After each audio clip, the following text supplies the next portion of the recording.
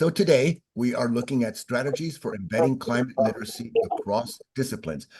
So with that idea, um, we are really looking at what we can do in the non-STEM fields, social sciences, humanities, that includes the arts, and graphic arts, and so on.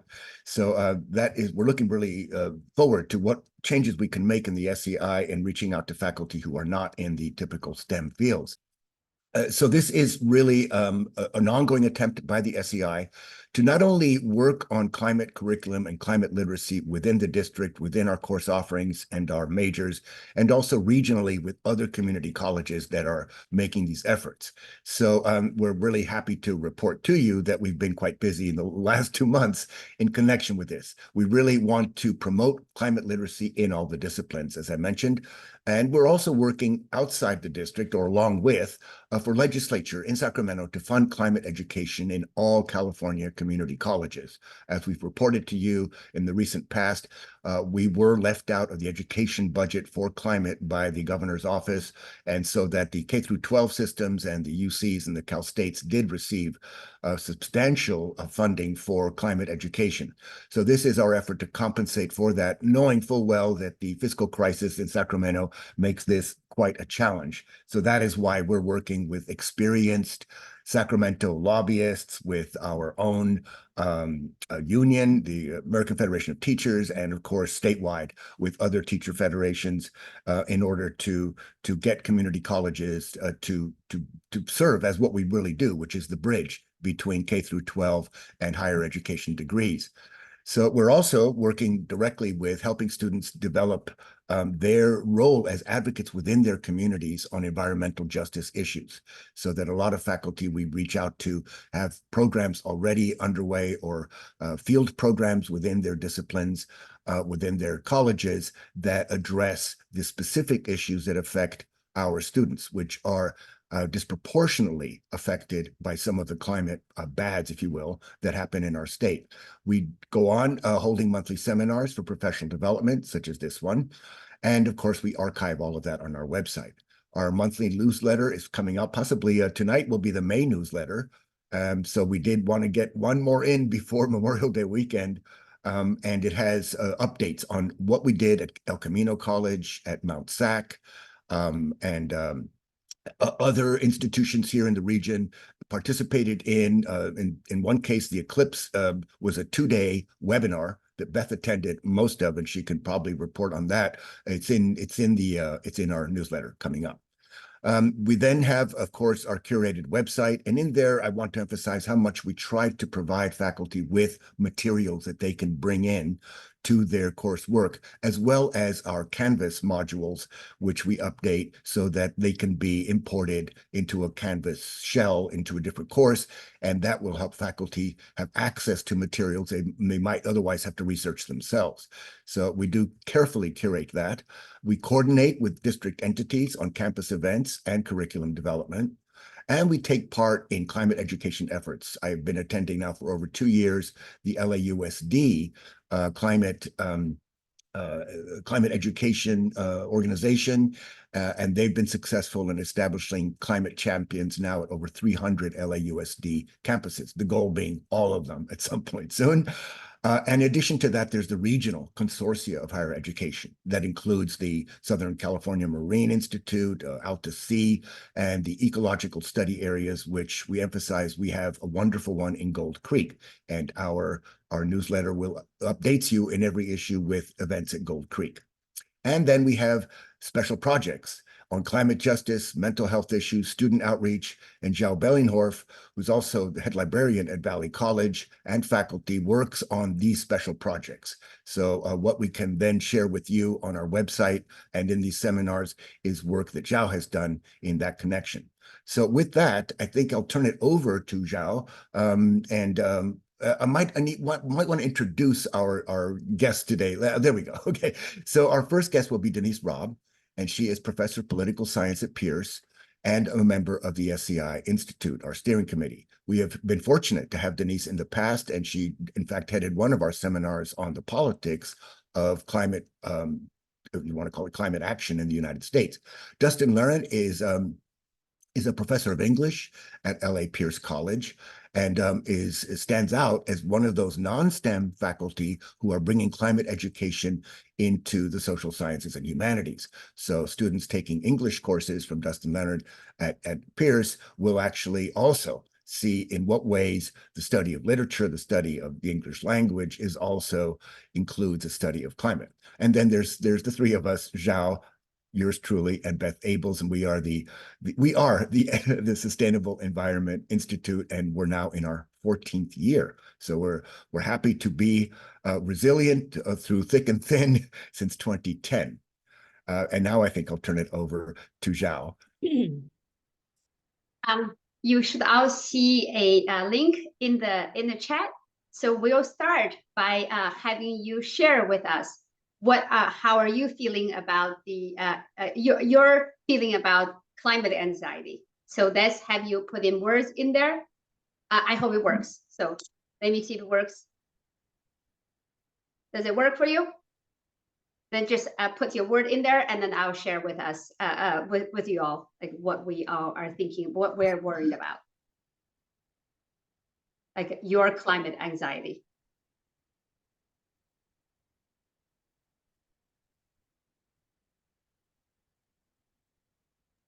Mine is not. Maybe you can put the words in the chat. Go ahead and put the words in the chat. It wants us to create an account. Yeah, oh, no, okay. So then put the words in the chat. I'm so sorry.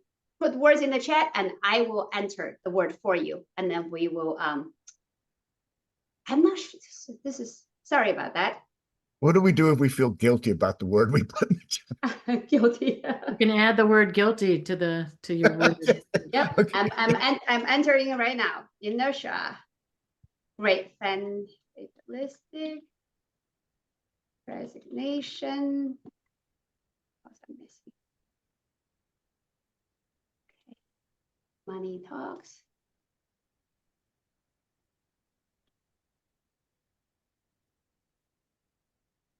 So we have hopeful and stressed, lots of waste. So lots of waste is a feeling, interesting, rushed, worried, overwhelmed. That's me. Cautious optimism, inefficient approaches. So what's the feeling? Can someone talk, whoever, Doris, maybe you could say, what is the feeling you have in inefficient approaches? I think. Sorry, we can't hear you. Okay, did I unmute myself now? You are unmuted now. We can hear you. So thank you so much. I apologize, of course, right? Yeah, no, what's the inefficient? What's that feeling that you have with that? Like, is it Well, I feel that not enough? Some of our top down may not be connected to the ground well enough, and some of our ground up effort, the feeling of large numbers of people, including our students, really, that we have to address these problems, but finding the right pathways that are efficient. For example, I was listening to this Doris, I'm sorry, give me a second. So I'm still working on that question. Yeah. What is the feeling that you have? What's the feeling you have when you're feeling like people are not making the choices or doing what they need to do? What's the feeling? Puzzled. Puzzled. Thank you. Puzzled. Thank you. I apologize. Approaches, yes, yeah. I'm going to add that in there. Thank you for saying that. I'm adding it in. All right. Sorry, go ahead. You can tell. I just needed to make sure Zhao had the feeling that was attached to that. You know, well, and there are other feelings too. Like I see the word anger up here, and I see, overwhelm. All of those sort of fit into my wheelhouse, if you will, when we're talking about this. And, I'm just glad to have this 14-year effort in front of me that you all have been working on, and that we can find some good pathways that are going to get us there. I was just listening to a Princeton University professor talk about sustainability and how we get there. Yeah. And it's going to take massive scale. That's the word or the idea, and I feel overwhelmed by that. There you the go. Idea so of massive scale. Yeah, massive scale, and us not individually being able to do this. We have to do it as a large cohort. Agreed. Agreed. And I'll that's, stop and talking. hopefully we can give you guys some resources that can help with that sense of overwhelm. So the other one, there was a couple others that I just wanted to check in about what the feeling is. So what's the feeling when you're not too worried? So I don't know, Carl F. Hoban, if you could say, what's that feeling? If you're hopeful, you're relaxed, you're accepting. Is there a feeling related to that? Sorry, I'm not trying to put people on the spot. I'm just really curious about what the feeling is. So, or maybe Alf, maybe you could say, when you say there's lots of waste, what's the feeling related to that? I feel I'm originally not here from the US. I came from Germany. Yeah. And one thing I noticed, it was the second day I was in the United States, was about 30 years ago. I got out of the bus and most of the water watering the lawn ran down in the sewage system. Yeah. This is just one thing. There's a lot of things where here resources are being used which could be more efficiently being used. And as a result, I feel a lot of things are wasted here when it comes to the resources we have available and how they're being used. So would you say that the feeling is frustration? To some degree, yes, because I feel a lot of things could be done more efficiently and really people rethinking things. Nothing has to be packed in 3 different packages if you sell it. And that's basically just where this whole thing starts, and everything costs energy generation produces pollution. And this is basically a cycle where I say, okay, you can do things much more efficiently with less resources and fundamentally accomplish the same thing. All right. Well, thank you for that, and thanks for helping us clarify what the feeling is. So, how's that going, Zhao? With the That's something I'll share with you all. yeah, I'm gonna mute. So here is what we have. Can you all see it? Yes, Are you we able to can see see my it. screen? Yeah. We can see your So, screen. Yeah. right? Yes, thank you. Great. So we've got worried, overwhelmed, frustration, resignation. So these are some of the feelings that you all expressed. And I know that when we had our climate anxiety workshops, a lot of people, both our faculty and students, are having lots of things to share, and they really do feel very anxious, or some people feel overwhelmed. And also, I know we all feel guilty to some extent if we don't do well with our recycling. I think that's how we're conditioned. We are taking so much on as a personal responsibility, instead of, Denise is here. Denise being an activist, because it's really, we need to take action. Not only, what we do, I feel whenever we talk to people say, oh, I'm not doing enough.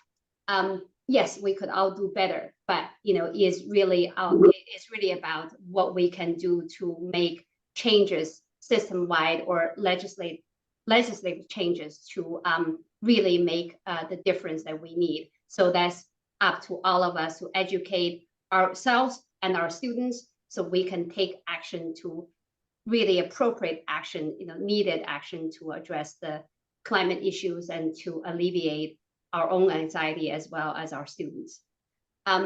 So with that said, let me stop sharing to share with you some of the things that we are doing. We have created a lot of resources. Our website, and I will, Beth, do you have that slide up? Yeah. Okay, so we will leave that for you to explore, but I want to point out some resource guide that we created. So one being here. So we've got, let me share. Oh, I guess now I'll start sharing now. Okay. So here is, we're talking about climate action. You can see my share screen. So these are resources we put together. You can click on the links. We have introduction, we have readings, we have videos. We also have resources. So these are the different things you can click on, and also advocacy and action tabs you can use for your class, for your students. Another one we have is talking about understanding climate anxiety. So these are many resources all embedded into this guide. And we have links from our website, also from different things that we have shared with the faculty. The last one I want to share with you is as a guide on environmental racism and environmental justice. And I think that's environmental justice is really a social justice issue. I'm sure we all share that idea and also concerns and resources here for you. We have books. These are all ebooks for you to read. One last resource that we put together is the resource guide to embed climate equity and literacy in all disciplines. So these are resource guide, and I will leave you to explore, but this is the overall things. And this is a working document that we will be continually update. And also we welcome that you share with us any resources you have, share with all of us or one of us, and we'll make sure the information is getting up there.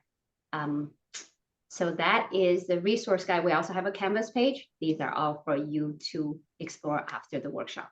Any questions for me? I see, Olga, is that your hand? Yes. New hand, okay. Hi. Thank you. This is good. But was wondering, since we're already working on developing curriculum units in all the disciplines at West, what is your connection? I know you guys have worked with the new climate center, but are we developing, I hope, one source for that kind of resources, so that, because it's the same thing we're doing, what is your connection with that? I'll defer that to George and Beth. Beth actually takes part in a frequent conversations with Joe Tavares, who is the director of the California Center for Climate Education at West LA College. So she has perhaps the most updated detail on how we are trying to make sure that we can work together and coordinate our projects, our missions, our objectives in such a way as to avoid overlap and to cover all the bases. So I won't speak for Beth. I'll let Beth explain much better.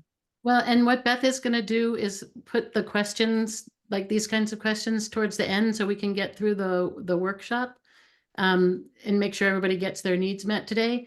So we will have time for questions and answers at the end, but very briefly, we are in partnership with the Climate Change Center. They have many projects on their plate. We are currently negotiating with the SEI is currently negotiating with the state of California and our district to create a hub for all of this material that we're trying to create for the whole state of California. But we'll talk about that a little bit more towards the end, if that's all right.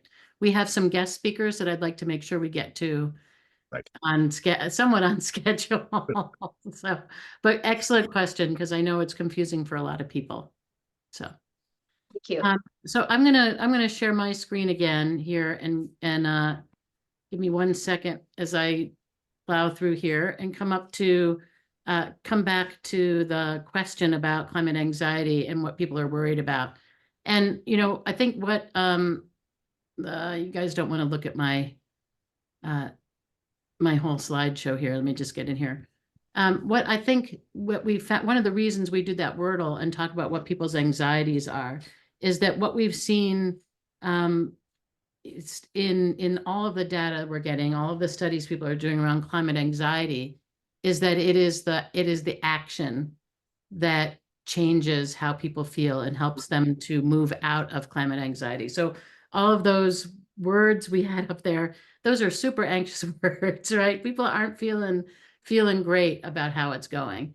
And so what we know now is that it's action that's going to help us to shift that. And so as a reminder, when you when you work with your students and talk to your students about climate change and embed climate literacy into your curriculum, you are empowering those students to be able to understand what their world is facing. And so it may not feel like you're on the front lines of making policy or stopping a pipeline or whatever is in your wheelhouse, but you are actually creating an opportunity for our students who are, as George pointed out, who are most heavily hit by climate chaos.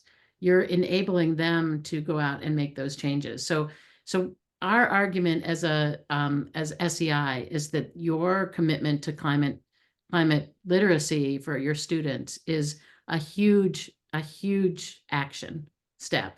And if you think about one faculty person, maybe, over 10 years, maybe you have 1,000 students. That's 1,000 people you've reached who can reach out into their communities and make a difference. So that's our argument for why we are advocating for climate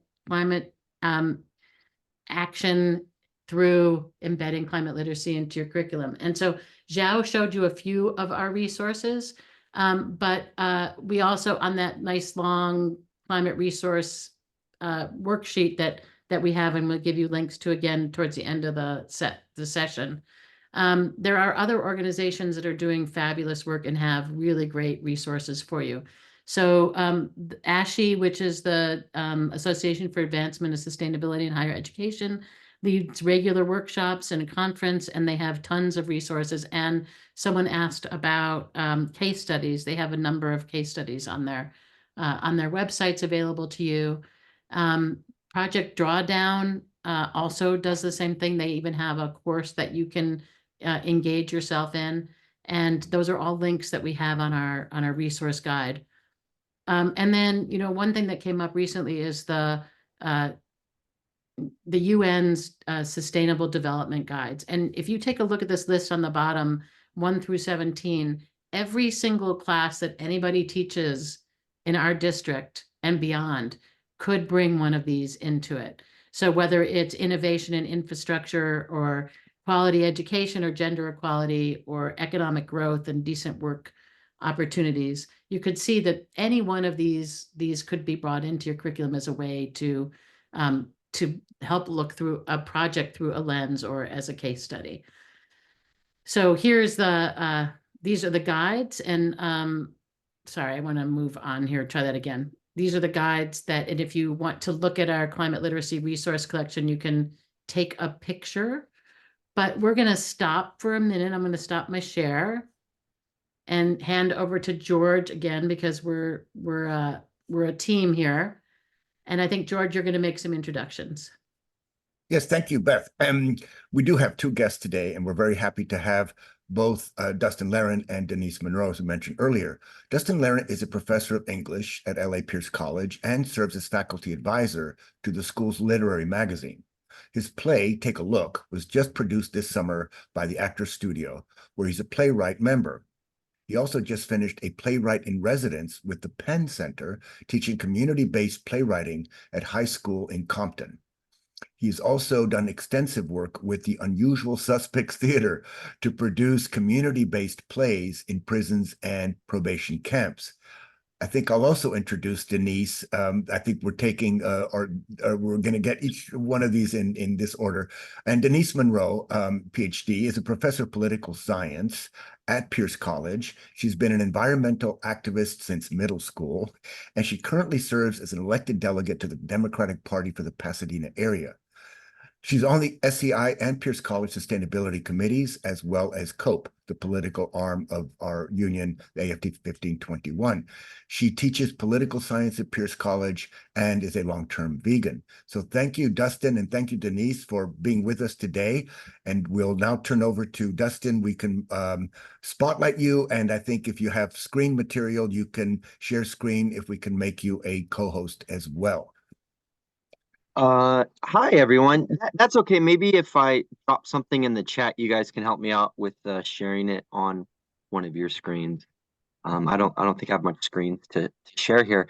I just wanted to, I guess, talk about sort of how this institute has inspired me, this and Gold Creek, to sort of integrate more curriculum into my courses and kind of start a dialogue with everyone here.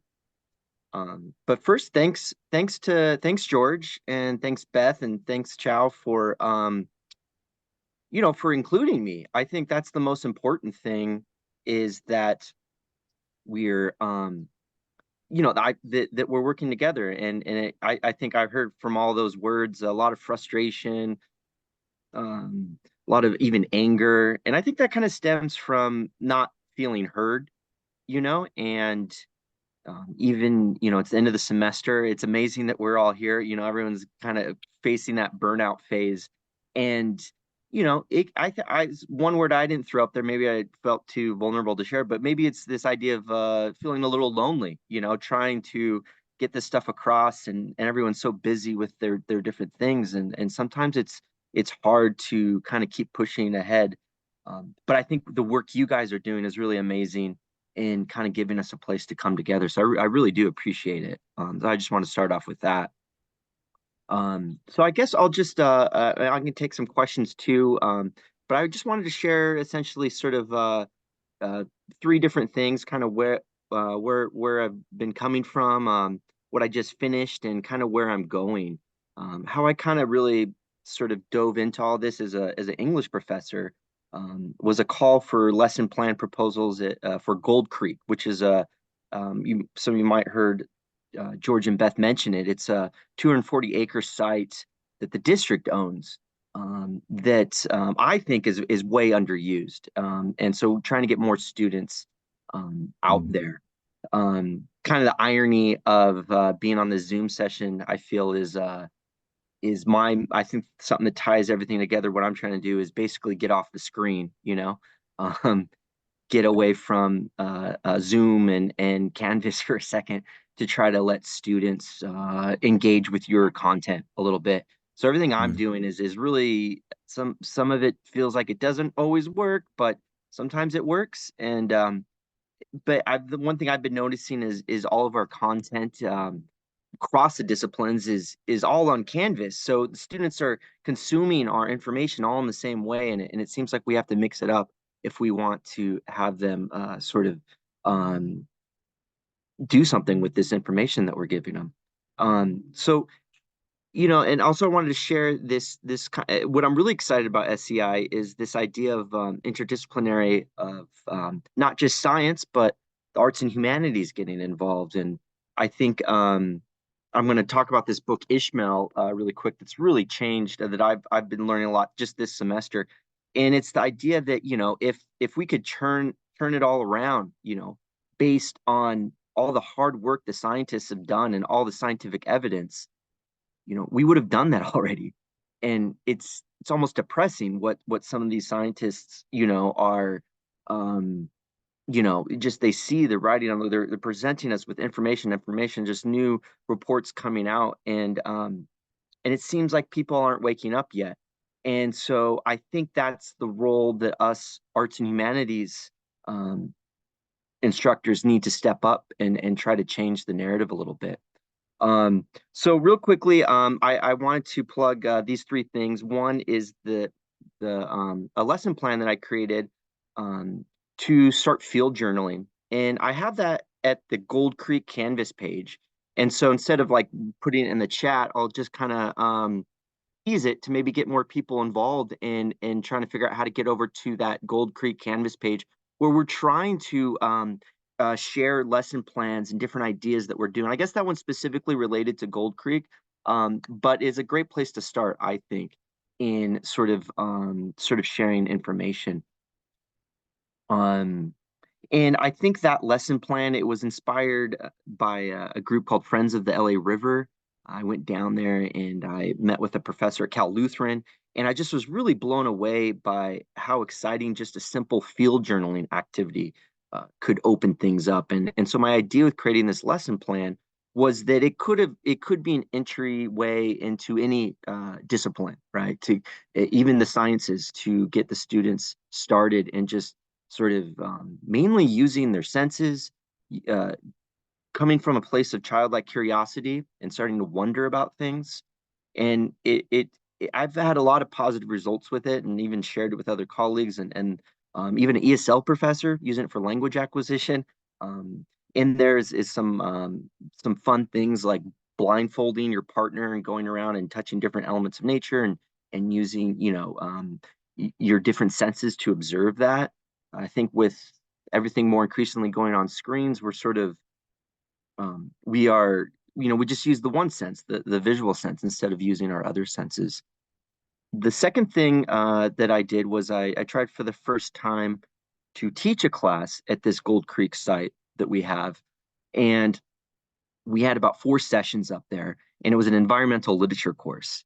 And I felt super inspired by the students, that, I think just doing a lot of stuff on Canvas and Zoom, you don't feel that excitement, but getting the students out was just, I could just feel the buzz with the students. At the end of the course, the student, they were just uncontrollably laughing just in each other's company. And I think something about going to this site really woke them up. There's a creek that goes through, and it was a really neat experience. And I wanted to share really quickly, because I think it's a resource that everyone can use. It's this book that I taught. It's called Ishmael by Daniel Quinn, and maybe I'll put it in the chat too.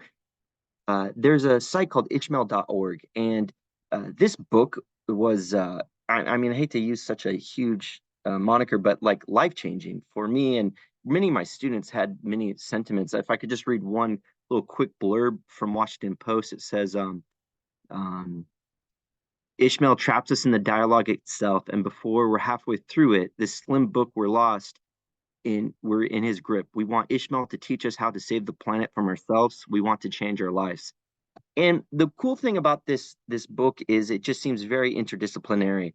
And so there's a whole, I was really blown away by all the resources at this ishmael.org site. I'll go and plug that in.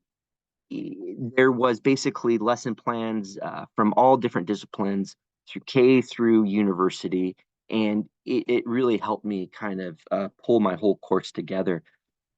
One thing we did is we had them all research a certain species at the Gold Creek. And so using this book and researching, they were able to, each student kind of research their own specific species. And they really had a lot of fun. And at this Gold Creek site, maybe you didn't know, but they basically have a treasure trove of taxidermed animals, of insects, of plants, all cataloged.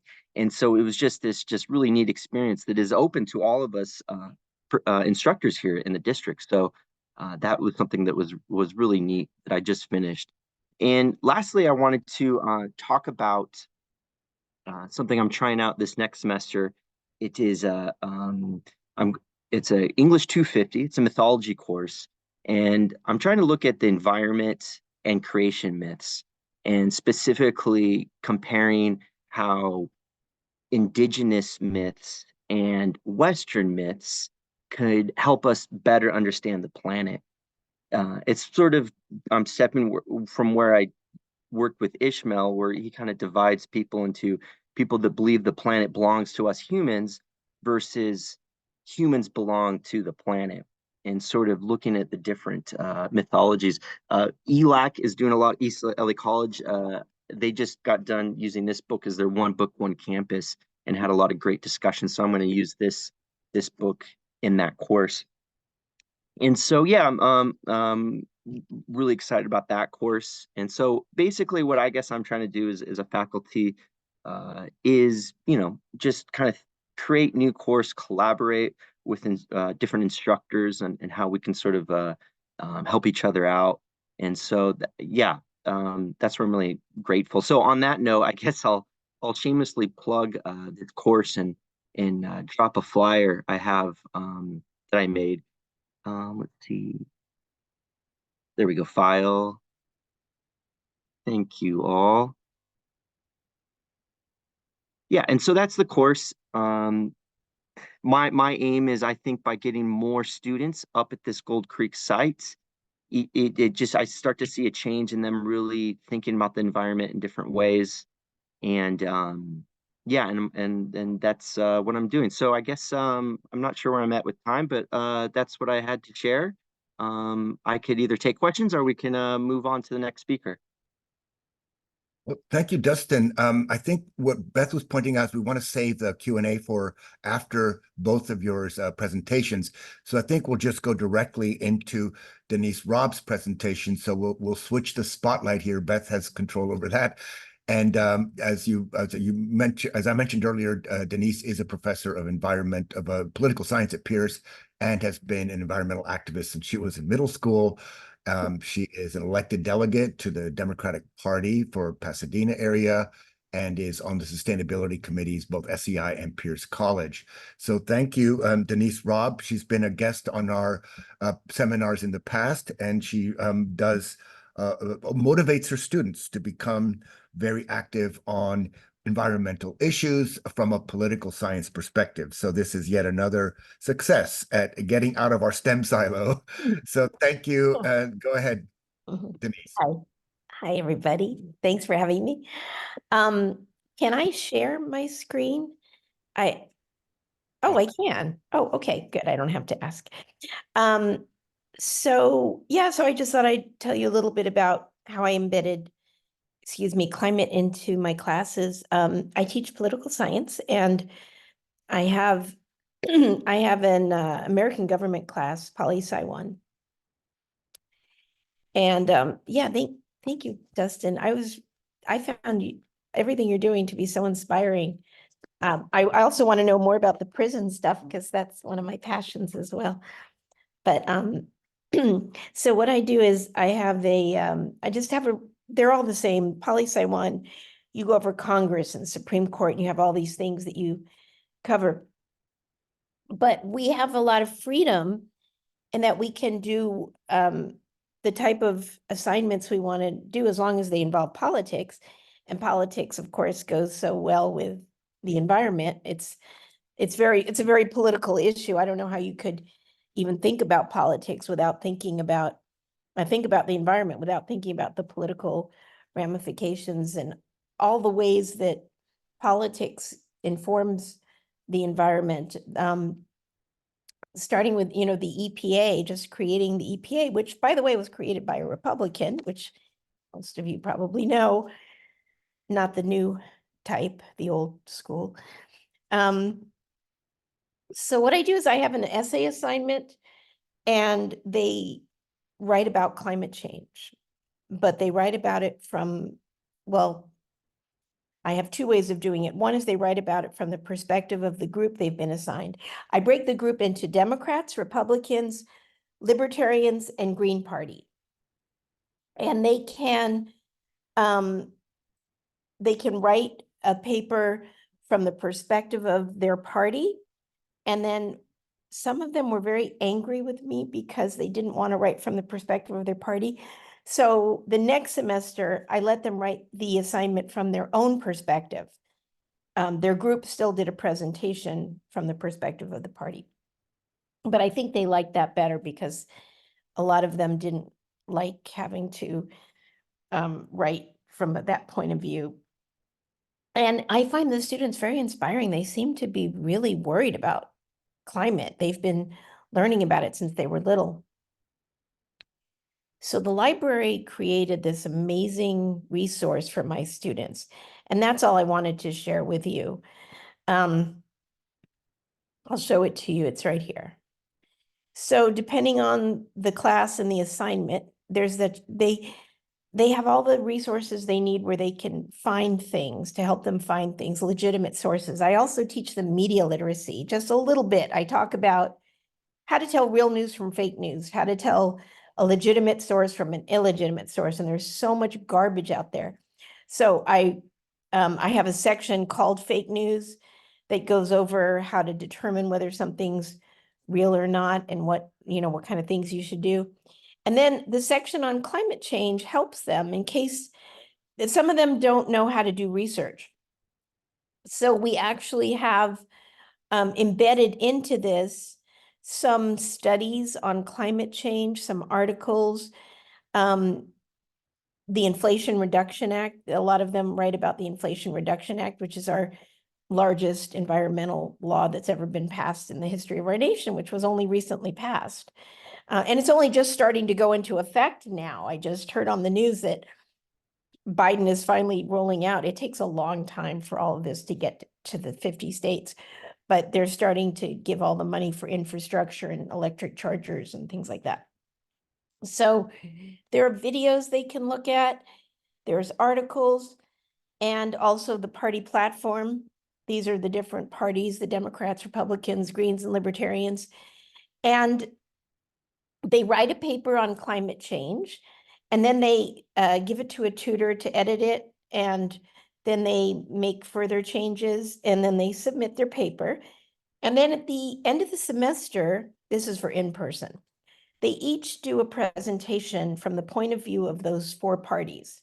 They have one class period for the entire group, has one class period devoted to their group. And one of the topics they have to cover is climate change. So they talk about climate change from the perspective of the group. And I also have a film that I show the online students as well.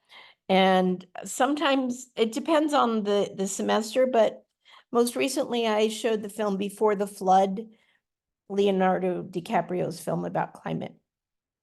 And that's also free on YouTube, but our library has the resources. Whenever I ask the library if they can get a film or a book, they do it. They've been able to do it. So I'm sure all of your libraries have been helpful that way. Okay, so, and also extra credit. I give a lot of extra credit assignments.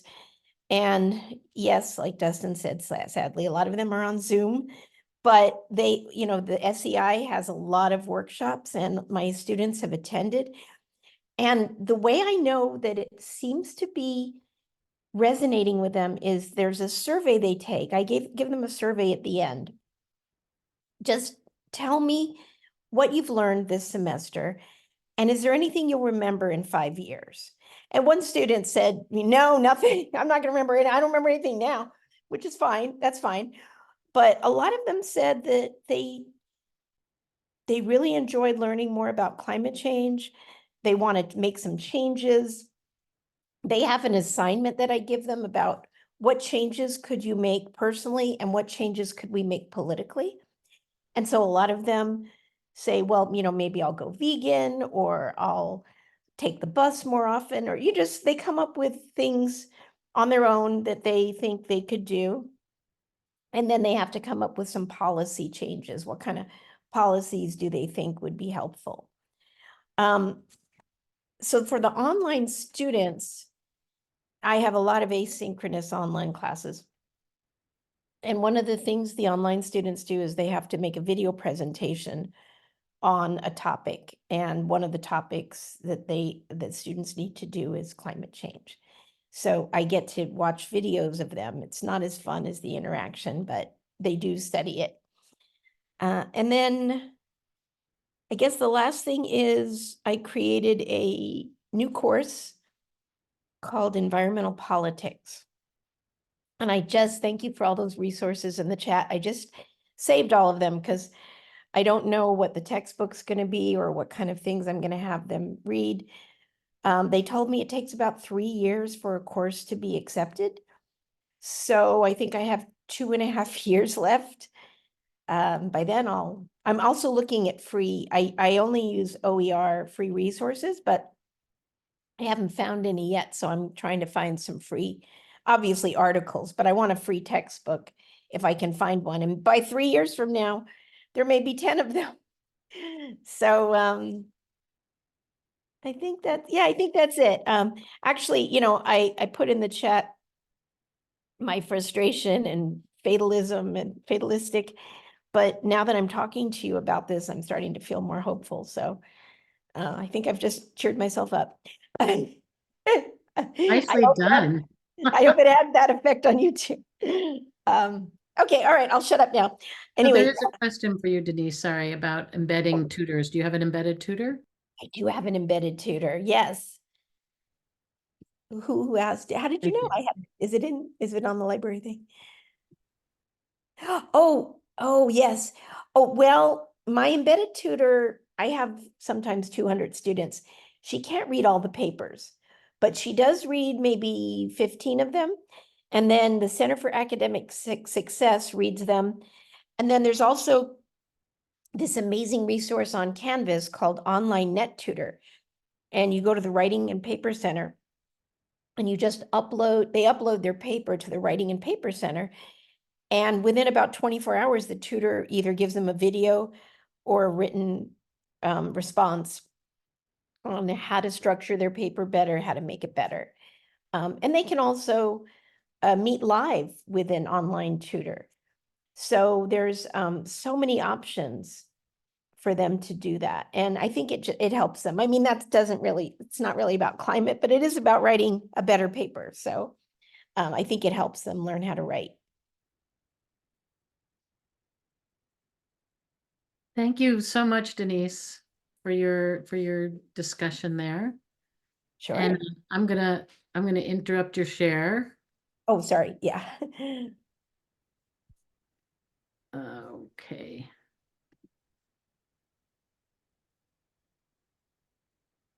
That shouldn't take me long. How are we doing here on time? Oh, we have about a little over 10 minutes left. Yeah. I really want to thank both Denise and Distin, because I think we succeeded in seeing today that climate education by no means should be restricted. And we have faculty who have gone really to great lengths to make sure that students in political science and in English classes are also dealing with the climate crisis. So it really does broaden the educational net, as it were.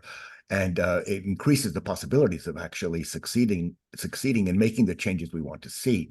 So with that, I think there is time for questions and answers. Beth, would you want to moderate those in the chat or just have people unmute themselves? Why don't we have people unmute if you have a question? Why don't you raise your hand and we will unmute you. Or you're welcome to put your question in the chat. And we had Zhao went through for us. She went through our library guides and such, and all of that information you can find on our website. So let me put that in the link here again so everybody can find it. So, and the recording of this workshop will be on there as well. And let's see if we can, if I can type and talk at the same time here. I sent it already. Thank you. I have a question, Distin, if it's appropriate, just because it's a burning question, and that it's about Gold Creek. As you know, we sit on each other's steering committees, and I'm wondering if you could share with faculty what should they do to find out how to actually visit the Gold Creek site. In our upcoming newsletter, we do have a map as to how to get there, but what do faculty need to do to take students up there? Thanks, George. I meant to include that, but I was kind of just feel like I was rambling through all the things. But I think the best bet would be to attend the open house that we have every semester. We send out an invite. We try to make sure it gets spread through all the channels. And I think that would be a great place to start because I help out and we cook up Denise will like to hear this. We cook up a bunch of veggie burgers and just have kind of a fun time and have everyone out. And we do lead a couple nature hikes. So it's just a great way to and you can bring family, just a great way to kind of get introduced to the site and start thinking about how you might want to use it. And also, I think they do an orientation on that site on some of the logistics. It isn't the easiest thing, I'll tell you that. There's no cell phone reception. There's a dirt road that you got to take to get up there. But I actually happen to think some of those barriers really is what helps to make the site so special. If you can imagine having your students for an hour and a half where they can't check their phones, things start to happen. So I would say try to get to an open house. If you can't do that, you can contact Mike Farrell is the site coordinator. You can reach out to him and he can sort of he's on the site. He helps to sort of make sure everything's running smoothly. So he's up there at least every other week. So he met with me before I even saw the site and kind of showed me around. So I'd either reach out to Mike Farrell. If you look at the Gold Creek site, he's listed as the site coordinator, or just try to attend one of the events. Not only do they do open houses, but we had a CPR training for faculty to help them. I think you were there, Beth, help us feel a little bit more confident if we do lead students up there. And so we're really working just to help faculty feel confident in using the site, because it is a little bit of a different way of approaching things. But like I said, there's a complete lab learning classroom up there. And use me as a resource. I think what's really cool what you guys are doing is I'm running into faculty from 10 years ago that I adjunct with the East LA College, and just so when people reach out to me, I'm really happy to help them too. So use me as a resource as well. Well, thank you, Dustin. There's questions in the chat. So let's see, from Doris Kaufman, question for the SEI and today's attendees. What is the most important fight to be engaged in advancing properly to reduce our carbon footprint for the planet's health? Any of you can take that question. It's quite a question. I'll chime in real quick, and then I'll turn it over to you guys. I mean, because I thought about everything I'm doing and how I didn't really have a good succinct way to present it, but ultimately I think I'm trying to change the narrative, encourage others to use storytelling and approach this creatively. There's people way smarter than me, even in this Zoom, that are approaching it from the scientific angle.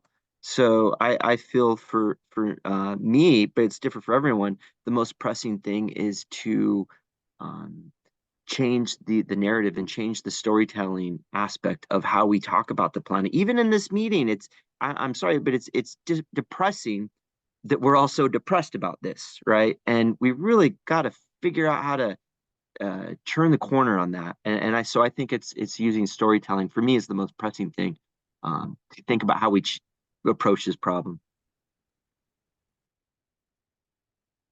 I see you raising your hand there, Denise. Yeah, for me, I'd say activism.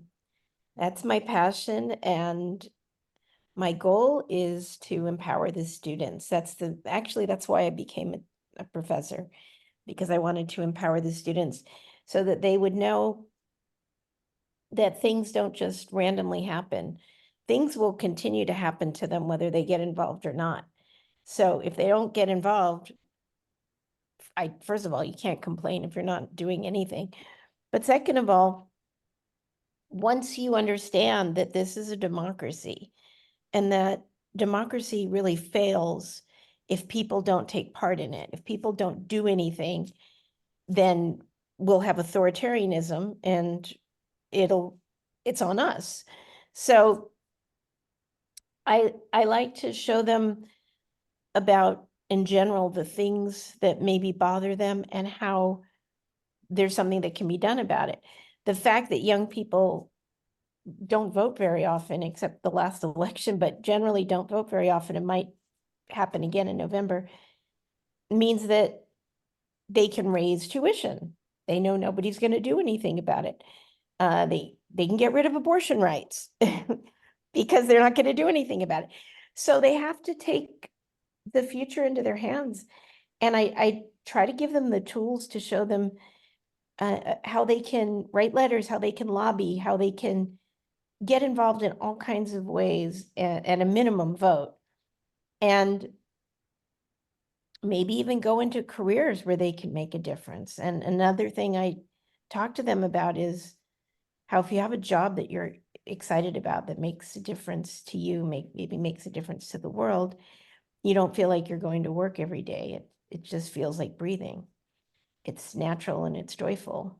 So Yeah, Denise, I'm going to kind of wrap up your answer a little bit. Sorry, I know getting late, isn't it? I know. I'm super bossy at meetings, just so you all know. If you ever need a That's boss, okay. I'm good at it. I want us to just close out a little bit because I would like to respect the time that we have and your all commitment. So I'm going to reshare our slideshow for a second, and then I wanted to make sure you all could evaluate this workshop, and that